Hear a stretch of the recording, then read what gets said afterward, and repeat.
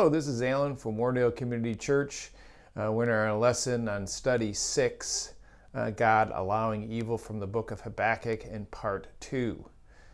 In Part 1, we really brought forth the questions and the question that the prophet have. Now we're going to get into the answer, but let's just review for a minute about the question of evil and why God allows it. Do unbelievers really cry out for justice like the prophet?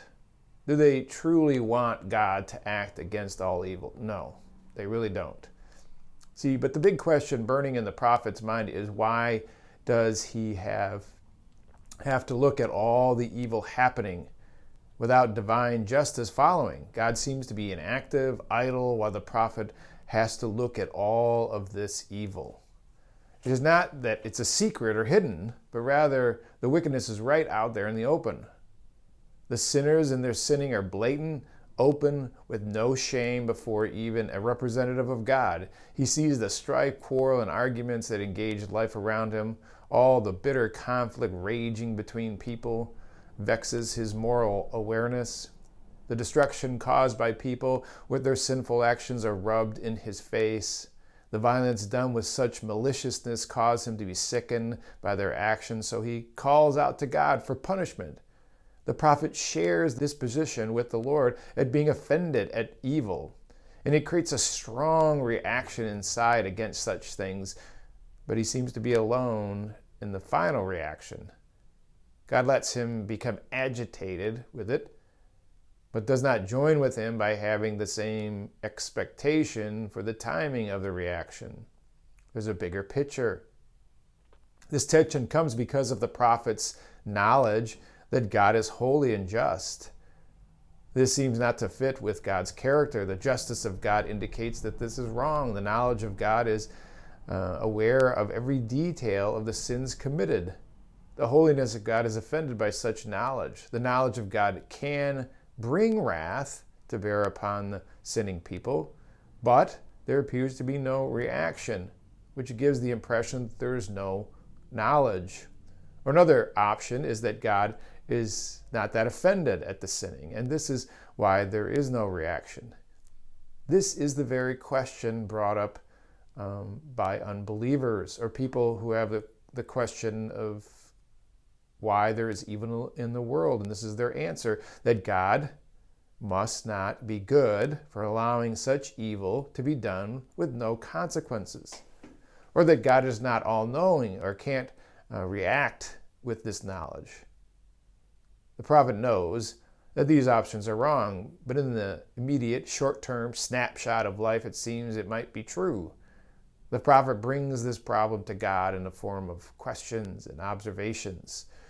The words of the prophet describe the struggle in the mind of righteous people, the process through these questions about the wickedness committed in the nation around him, and possibly even to him, make his question God's way and what he is doing. It seems God has put things on ignore, allowing sin to be exercised so freely and with impunity. His faith in the God he knows and speaks about, but it does not seem to match the daily experience of life. He warns people of the judgment of God, but no judgment comes right away. So we'll pick this up in Habakkuk 1:4. So the law is paralyzed and justice never comes forth, for the wicked surround the righteous, so justice goes forth perverted. The law is ignored and the system is broken. The powerful people escape the criminal justice system. There's an appearance of the process of law and justice, but there's never the conclusion from it. The established law enforcers just don't enforce the law. Power, wealth, and bribes twist justice so it comes out perverted. The wicked dominate the society. This is the immoral majority.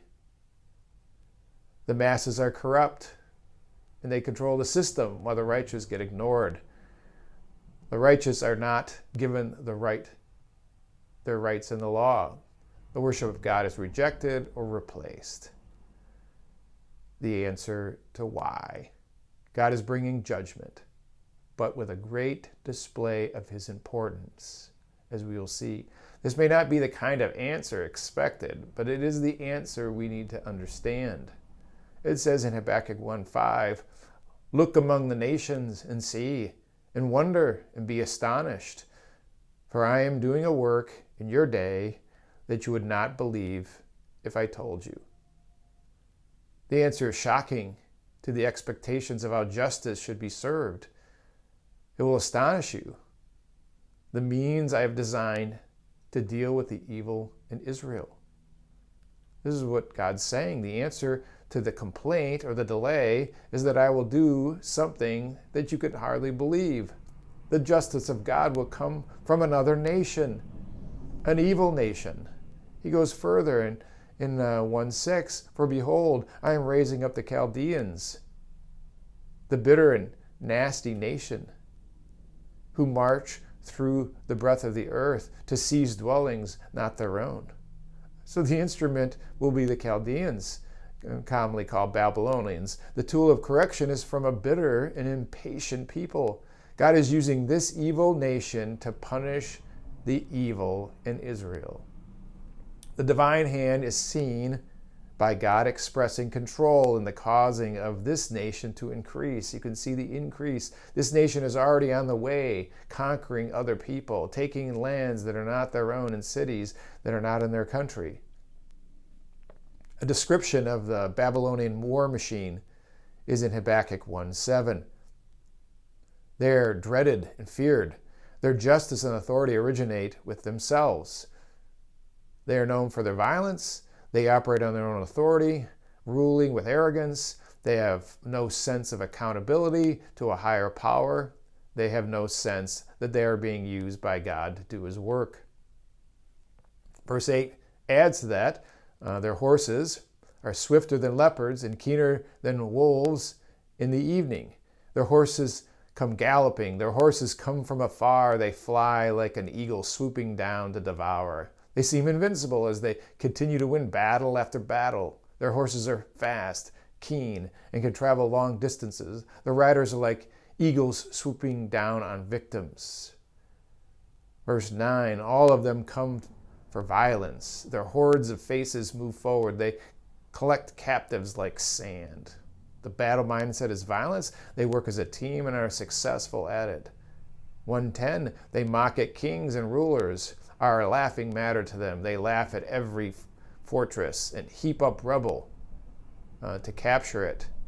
They have a defiant attitude to foreign kings and have no respect for position. They don't have the fear of obstacles and are not impressed by fortresses. They don't quit, so they are willing to do the work to capture a city. And then this response in part of the description. Then they swoop down. This is verse 11, 1:11. They swoop down like the wind and go on. Guilty men whose own might is their God. Are you not from everlasting? This is verse 12, talking about God. Everlasting, O Lord my God, my Holy One. We shall not die, O Lord. You have ordained them as a judgment, and you, O Rock, have established them for reproof. You are of pure eyes than to see evil and can't look on wrong. Why do you idly look at traitors and remain silent when the wicked swallow up the men more righteous than he? These Babylonians, this is the prophet's reaction. Like, how does this fit together? These Babylonians who act with evil will also be held accountable. They may think that they are the source of their power, but they are not in control of the judgment coming. For the one who is the ultimate source of power will bring that judgment. The fact is, God is eternal and has an eternal view of things which is different than ours. God is holy and will express his holiness with an eternal perspective. God is personal and he will leave a remnant. God has divinely selected them, the Babylonians, to correct the problem. God, the Rock, has designed and designated them as instruments of judgment. The tension is that God is pure, and yet he has allowed these evil men to be a judging authority to Israel. The thought that God is clean but uses unclean instrument makes the prophet say, how can this fit together? God's perceived favor is by helping the Babylonians to be victorious. How does God use evil, and how does that fit with his purity? If God is just in allowing evil, then why does he remain unresponsive in his justice to more evil people devouring those less evil? This similar kind of tension can be found in 1 Peter in the New Testament, in chapter 4, verse 17. For it is time for judgment to begin with the household of God. And if he begins with us, what will be the outcome for those who do not obey the gospel? Could God use unbelievers to deliver the judgment to the household of God? Why is there earthly judgment if we are the saved household of God? Why does it begin with us and not with those who do not obey the gospel? It adds further kind of tension in chapter 4, verse 18. If it is difficult that the righteous is saved, what will be the outcome of the godless man and sinners? And does in comparison, even though there is correction for the church, it's even worse for those who are godless people and sinners. We see some other aspects that help us to understand God's ways of allowing evil as a corrective force for his people. In 1 Corinthians 5:5, I have decided to deliver one.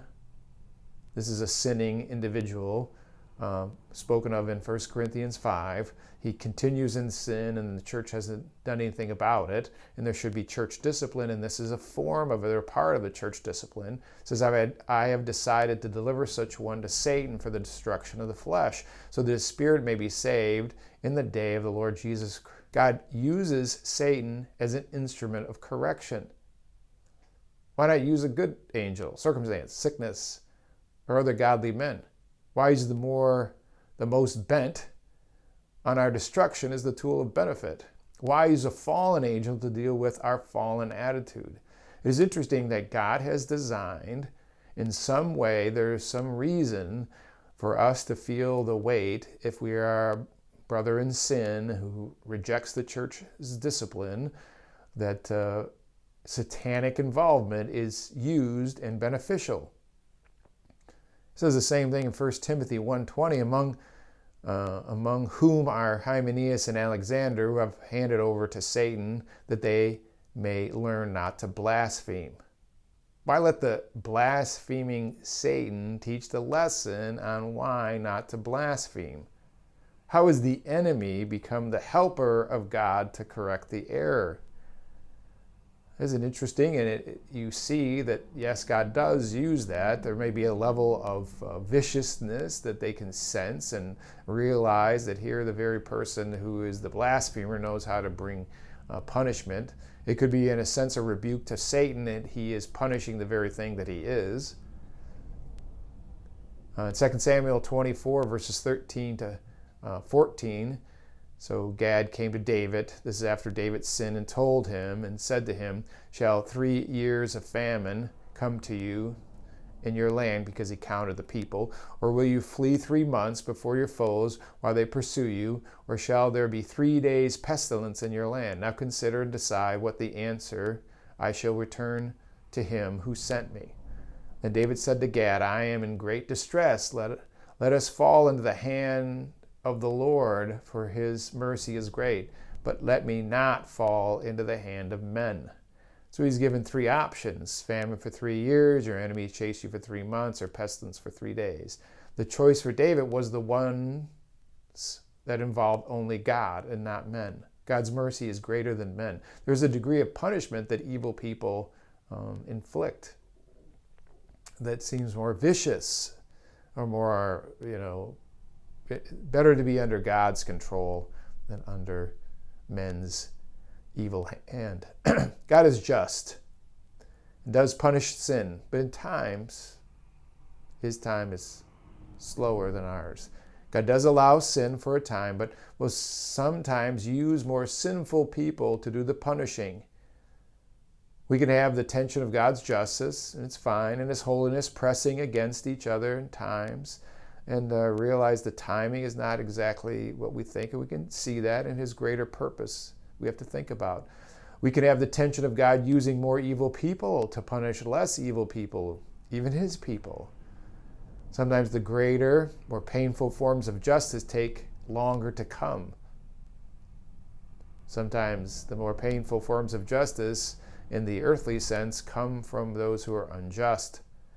Don't cause God to send evil men to discipline you for your sinful ways. We don't want that. We should seek to avoid being evil, acting evil, and this may keep us from the punishment by other evil people. Ends our message, and we'll pick up the completion in the next two videos, and from why God allows evil from the book of Habakkuk.